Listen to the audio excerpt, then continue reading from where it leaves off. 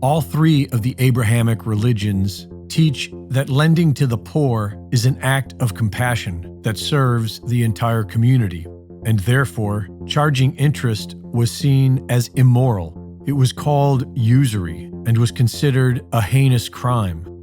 The Roman Empire allowed usury, but in 1179, the Catholic Church decreed that usury was forbidden. This law did not apply to Jews. While the Torah admonishes usury, Talmudic law allows a Jew to practice usury with a non-Jew, and so money lending became primarily a Jewish business. Over the years, usury became more accepted in Western society, and we've changed the definition with the addendum of charging interest at an excessive rate. In the 17th century, the Bank of England began issuing paper fiat money. This gave the banks the ability to simply print money out of thin air. And for over a century, this was rightfully called out as fraud until it became public policy, known now as fractional reserve banking. What was once seen as immoral is now seen as normal. Many assume that the financial loans given out by the banks are coming from savings they hold for their depositors. But this is not true. When someone takes out a loan, the bank creates new money out of thin air and then charges the person interest to borrow it. Fractional reserve banking allows the banks to legally create 10 times the amount of each deposit. This inflating of the circulating currency devalues that currency and allows the banks an opportunity to profit dramatically. The Federal Reserve Act of 1913 began a system of debt designed to inflate beyond its means until it implodes, the exact opposite of sound money. The banking cartel funded both sides of World War I, which led to the Great Depression, which led to the Emergency Banking Act of 1933, which ended the gold standard and made every dollar spent an IOU to further increase the debt, which is ultimately owed by the American people.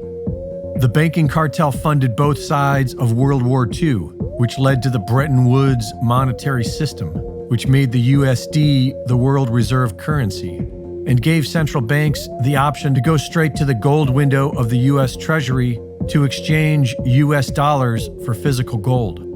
But by endlessly creating more debt, it became clear that the US had printed far beyond their gold reserves.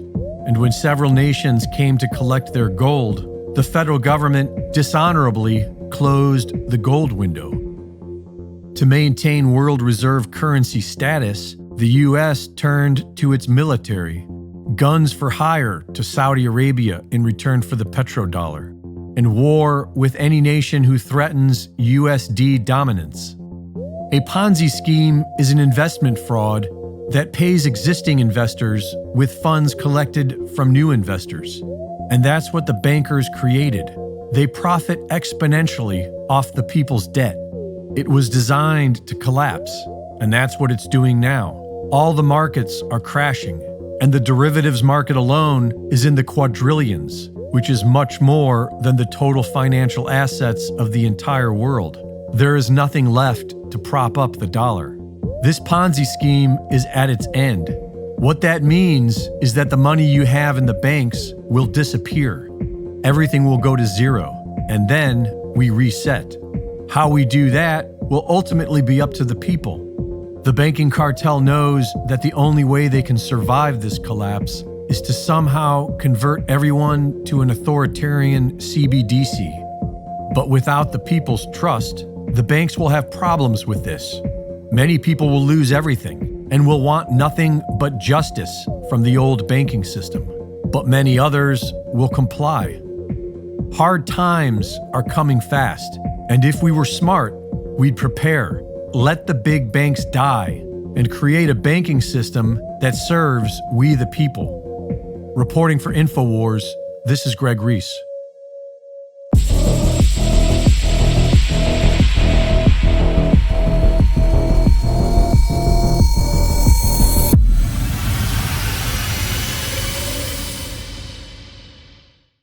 Thank you for watching the latest Greg Reese Report. Be sure to go to reesereport.com to see my latest videos, sign up for my free newsletter, and subscribe for exclusive content. And be sure to support my sponsor at InfoWarsStore.com.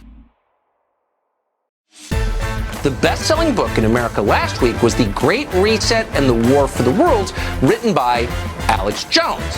Jones sold more than 56,000 copies of his book last week. But the New York Times lied about that because the New York Times doesn't want you to know that. The New York Times wants you to believe that Alex Jones is more discredited than the New York Times, the paper that started the Iraq War by lying about weapons of mass destruction and got 1 million people killed. So they lied about his book. The Great Reset and the War for the World, the historic book that lays out the plans of the Great Reset Death Star and exposes the New World Order's plans for global enslavement. Get your copy now at Amazon.com to keep the book at #1 and InfoWarsStore.com to help keep InfoWars on the air. The Great Reset and the War for the World by Alex Jones. Now #1 in the world.